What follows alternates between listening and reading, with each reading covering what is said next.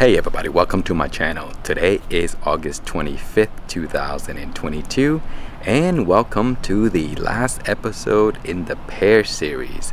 So right now all of the fruits are ready to be harvested. So towards the end of the season you get all of the fruits that you waited for the whole entire season.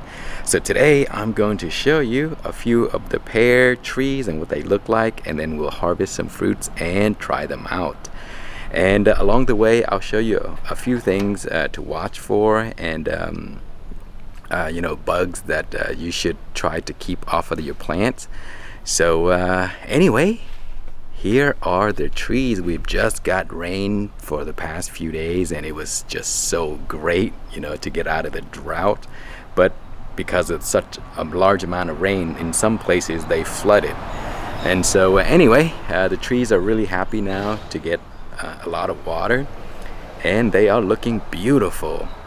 And so let's go take a look at some of the fruits, and you will see they are much larger and they are also ready. The Korean giant, which is also the Olympic giant, I could wait a few more weeks because these are kind of a little late, and so they will ripen up a little more. You see, they're very nice size, guys. These some of them get pretty big. And you see, when they're green like this right here, that means they're not ready yet.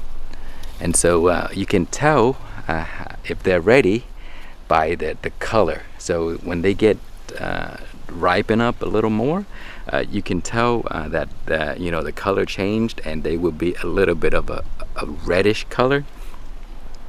And look at that, guys. That is the cluster from the Shinko. And that is a graft that I did. Here's a graft right here, and I had to support it because there's just so many fruits on that one branch. It may snap, and that's after I already pruned off a lot of the fruits already. So the Shinko variety is very, very productive. Okay, so we come around to here, and look at these beautiful fruits. So yeah, these are gonna be a little longer. I'm probably gonna wait like another week or so before I pick this, and then it'll go all the way down to the ground, guys. Look at this. This is one fruit that is very close to the ground. There is the ground right here, and that is the fruit right there. So yeah, this pear is just amazing. It is my favorite variety, and I graft this variety onto all of my other trees because I love it so much.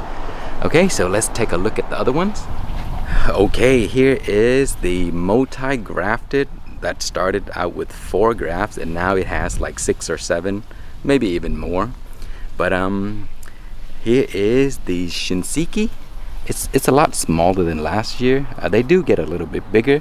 Shinsiki are super sweet, very juicy. The skin is a lot thinner than the Olympic giant, and you see how it changed color when it's not ready. It's very green, and once it starts to ripen up a little bit, you can see like the brighter orange yellowish color, and that's when you know it's ready. See how beautiful they are, and these are just delicious and sweet.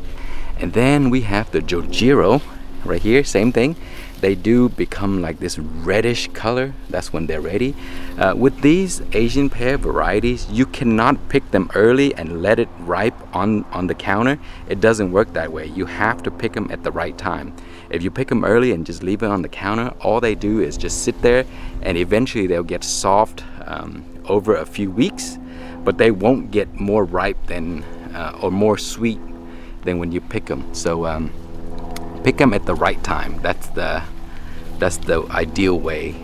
And you see, some of these are like dented, and that could be due to stink bugs. Stink bugs would sting the fruit, and it'll cause calluses on the inside, and when you open it up, it just looks not very appealing. So I just usually throw those away.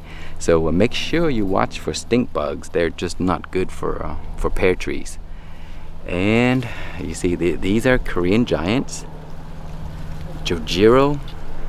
They're very similar. They have like a very sweet butterscotch flavor. The flesh is much tougher, very crunchy, and the skin is super tough on the outside. And so that's why the Olympic giant and the Jojiro are some of the few varieties that can withstand a lot of like bugs and diseases and all that stuff. Is because the texture on the outside is very tough.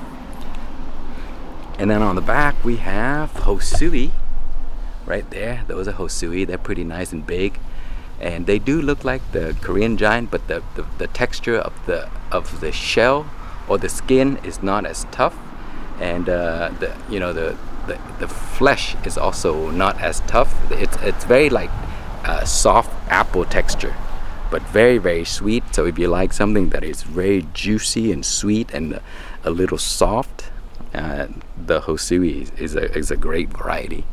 It produces nice large fruits too. And so that is the 4-in-1, 5-in-1, I think 7 or 8-in-1 right now. So these are grafts, just so you see. These are grafts right here. And sometimes when you graft them, you see here's the original graft right there, right here, where it healed up.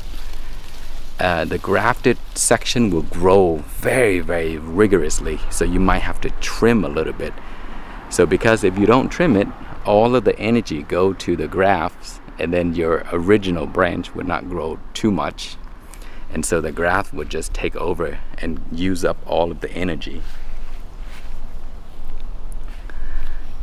Okay, here is the Shinko, and this is one of my favorite tree because it has so many different grafts on it, and many of the grafts have fruited as well.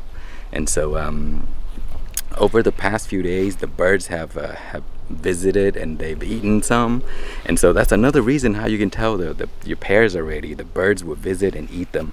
And so let me show you. You see here?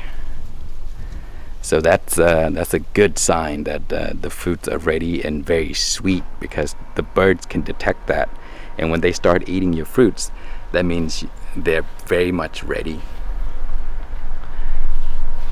And of course you can also go by the color and also the months. So the month is also a good indicator. So by the late August, the Shinko varieties are ready. Okay, so on here we have Korean giant grafted on there. Here it is right here. These are the Korean giants that I grafted, and you see the fruits are very large, and so they will hang like this and weigh down on the branch, and it may snap, so I have to kind of like support it a little bit. And there's the graft section right here. And we have a Jojiro graft right here. It had one fruit, but it dropped off because of the hard wind. And I have all kinds of other stuff on here, but again, here you see this here, these dents.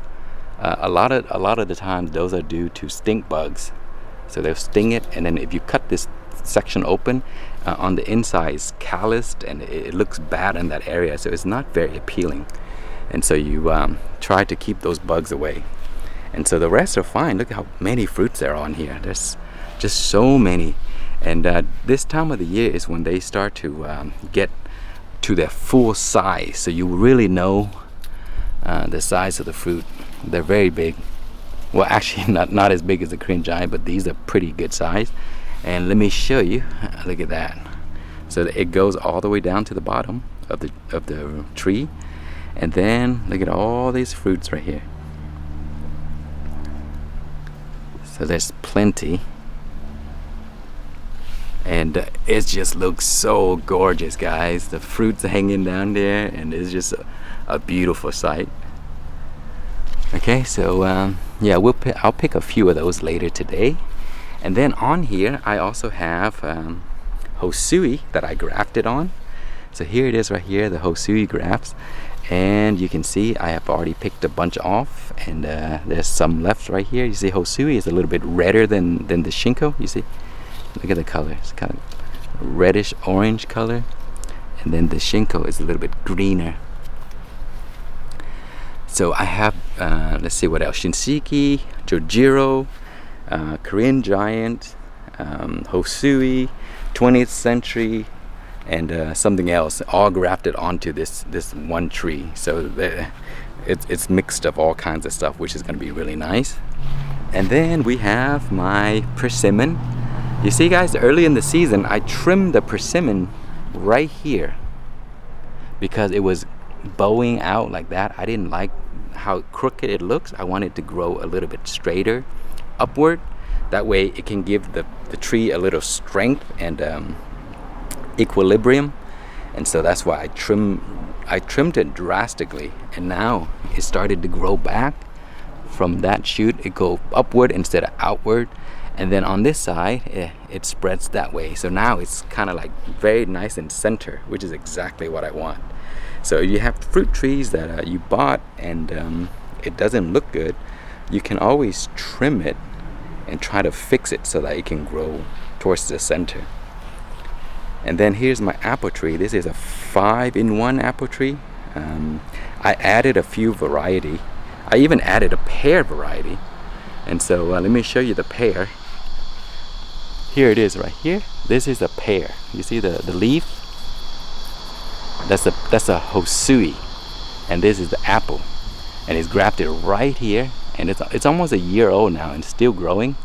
So I don't know how long it's gonna stay alive, but you can graft pear onto an apple and vice versa. So I'll show you the other one as well. So here's the interesting about this tree. I took this variety here, which is an opal, I think it's called an opal apple, and I grafted onto right here, and it started to grow like crazy. And take a look at the original tree, and it's so interesting where this one here is growing like crazy and the original tree is that size. And so the original cut was here. You see that? I cut that right there, and I took that top piece and I grafted it onto here.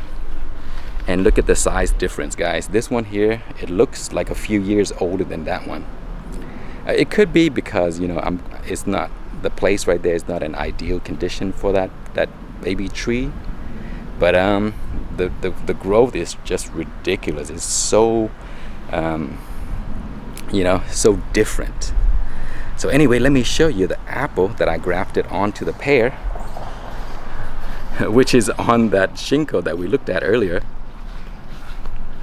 And here it is. Look at that. Here is the apple, and I grafted onto the pear. I used the bud graft method right here. Crazy, but it worked.